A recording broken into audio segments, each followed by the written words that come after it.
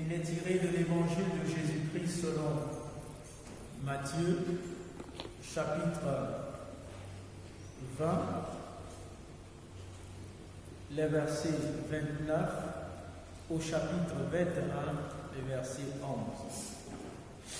Prions le Seigneur pour écouter sa parole. Esprit de Dieu, nous avons besoin de toi.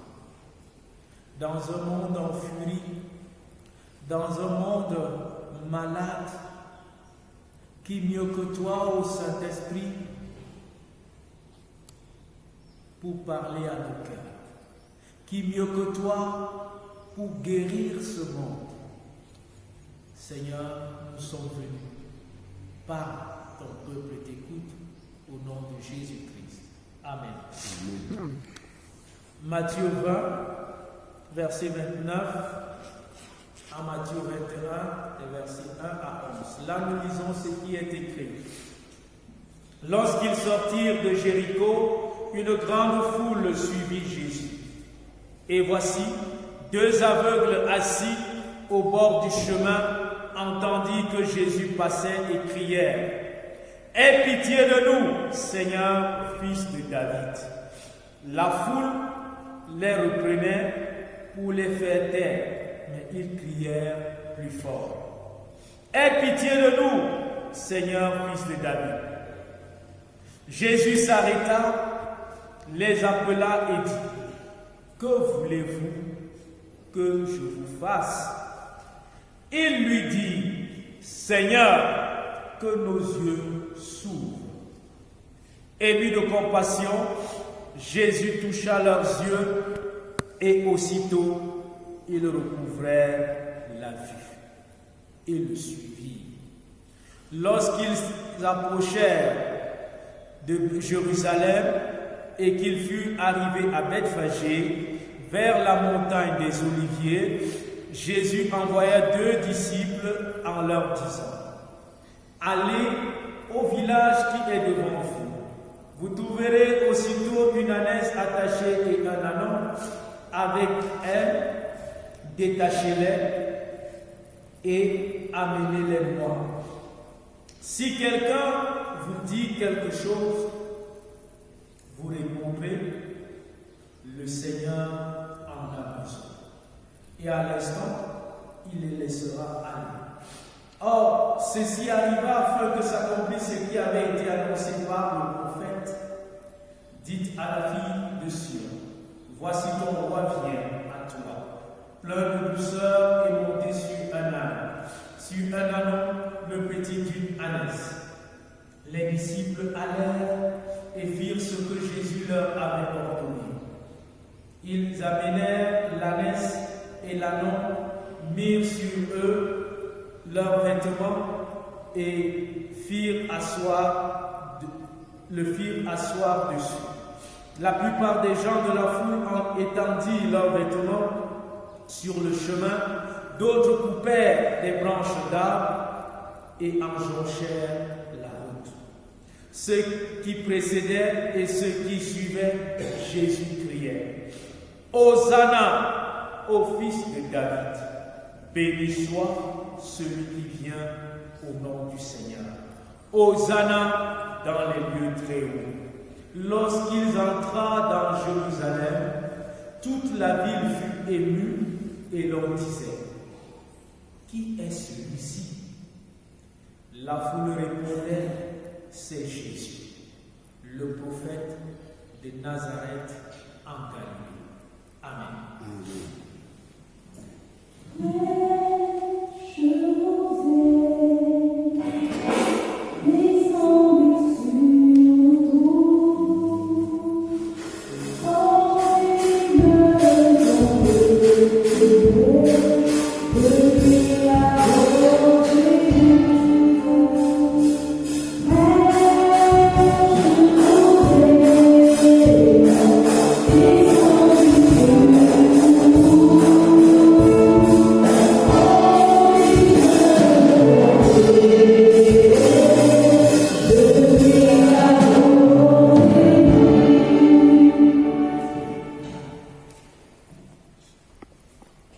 Que voulez-vous que je vous fasse? Béni soit celui qui vient au nom du Seigneur. Bien-aimé peuple de Dieu, notre humanité a des besoins qui doivent être comblés. Dieu, maître du temps et des circonstances, nous regarde, ému de compassion, et pose la question à chacun de nous: que veux-tu que je fasse pour toi? Que veux-tu que je fasse pour ta nation? Que veux-tu que je fasse pour ta famille? La réponse au désir qui doit être comblé dans ton cœur te conduira non seulement à voir en Jésus le Fils de David, le Sauveur du monde, mais surtout celui qui bénit de Dieu pour le don merveilleux qu'il accorde à l'humanité. Notre texte fait suite à la demande des fils de Zébédée, préoccupés par la recherche des premières places au sein du groupe de Jésus. Notre Seigneur saisit cette occasion pour préciser sa mission. Le Fils de l'homme est venu, non pour être servi, mais pour servir et donner sa vie comme la rançon de plusieurs. Sur la route de Jéricho, une grande foule est à la suite de Jésus. Deux aveugles se démarquent, assis au bord du chemin. Tel était leur lieu où ils passaient habituellement leur journée, sans rien attendre. Mais ils apprennent qu'il y a un cortège à l'audition d'un grand bruit.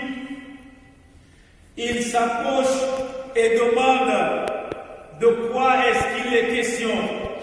Ayant appris que c'est Jésus qui passe par là, ils se mirent à crier. Ils ont une seule chose à faire: crier à Jésus. Ils sont incapables de le voir, mais ils peuvent se faire entendre.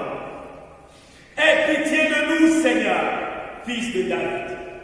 Malgré le fait qu'ils sont repris par la foule, ils n'arrêtent pas de crier à Jésus. En clair, la soif qu'ils ont doit être comblée. Le besoin est là. Ils réalisent que la solution à leurs besoins est tout près d'eux. Chers frères et sœurs en Jésus-Christ, ta soif ou ton besoin donne à Dieu de s'arrêter sur ta condition. Ta soif ou ton besoin donne à Dieu de s'arrêter sur ta condition. En ce moment de crise, quelle est notre soif? Quelle est la soif de notre famille? Dieu voudrait, à travers son Fils, s'arrêter sur notre soif, s'arrêter sur notre besoin. Notre texte nous fait savoir que non seulement pour eux, Jésus s'est arrêté, mais il fait appel à eux. Jésus veut s'arrêter sur ta condition. Jésus s'arrête sur ta condition pour avoir une intimité avec toi. Il faut dire que ces disciples, que ces aveugles considéraient autant pour moi comme des moins que rien, ou des pécheurs, ou des maudits, ou des sans-voix. Jésus s'est néanmoins arrêté pour eux. Ce matin, il y a une situation qui t'accable, qui te préoccupe. Il y a un besoin qui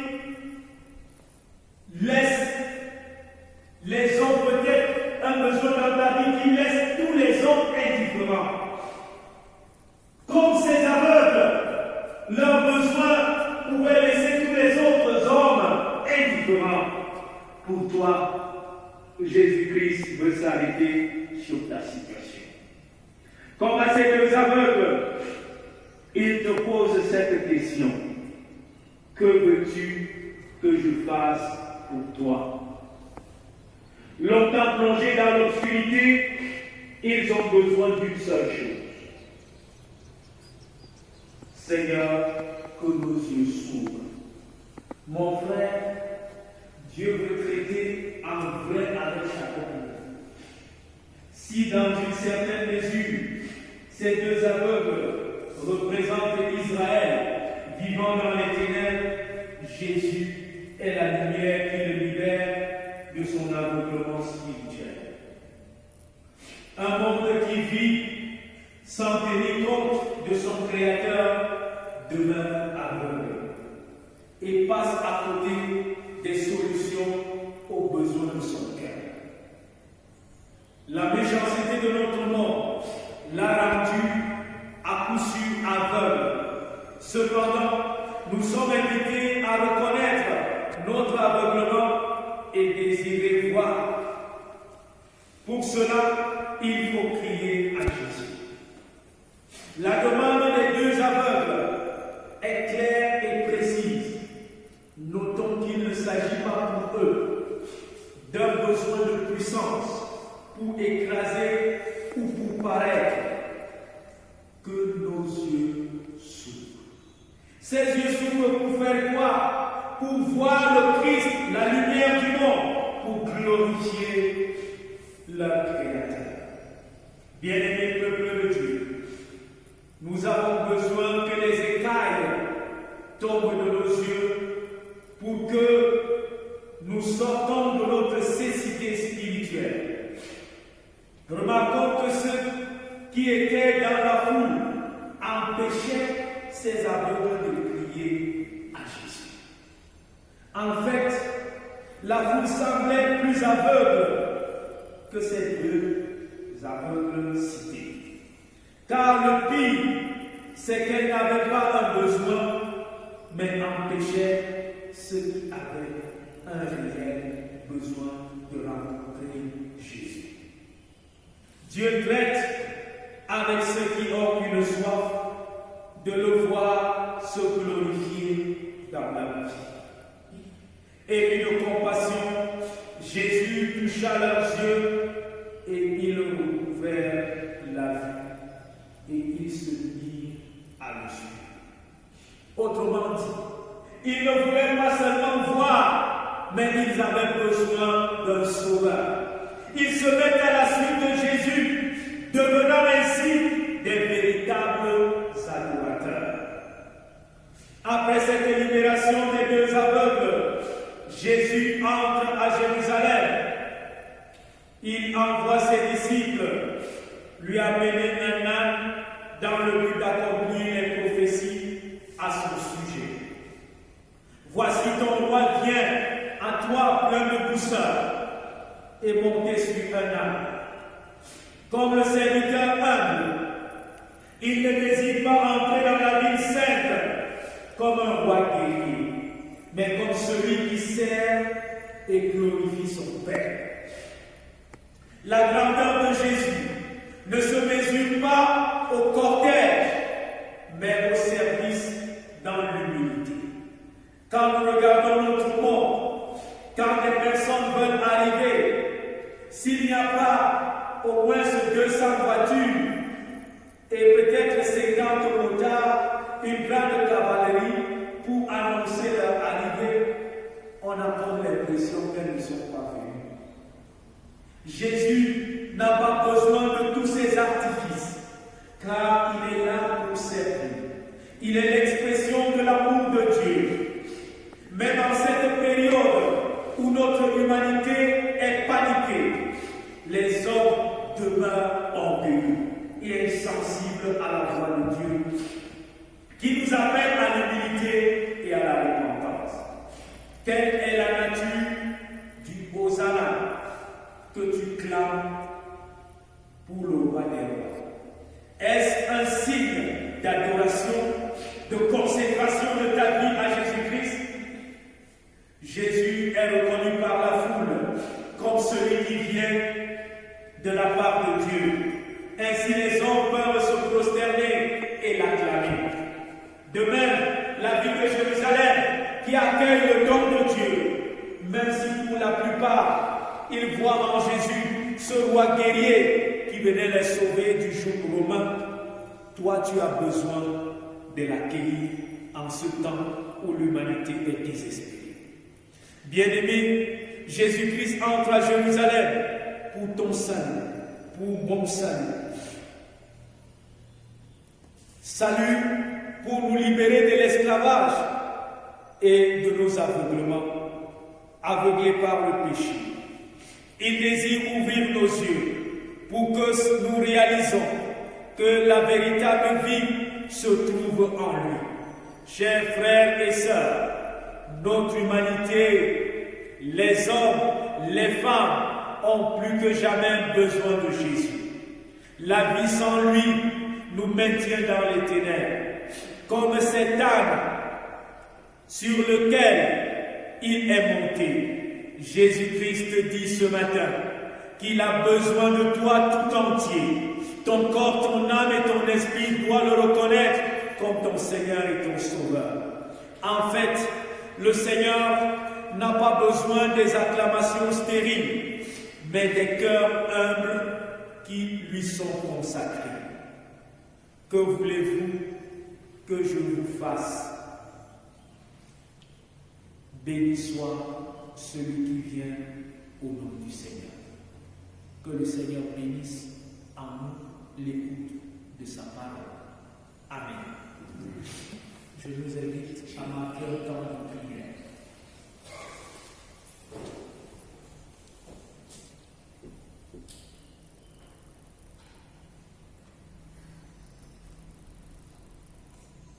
Dis à Jésus le besoin de ton cœur.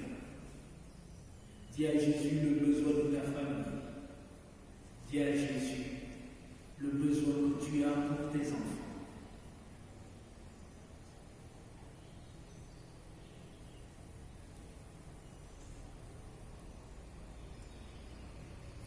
Seigneur,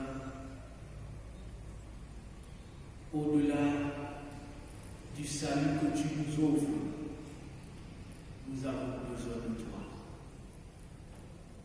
Nous sommes désespérés et nous avons besoin que tu règnes dans notre humanité, que tu règnes dans nos vies, que tu règnes dans nos cœurs. Nous avons besoin que tu nous libères de la cécité et que tu nous donnes de voir ta gloire. Que les hosannas que nous te clamons soient l'expression d'une vérité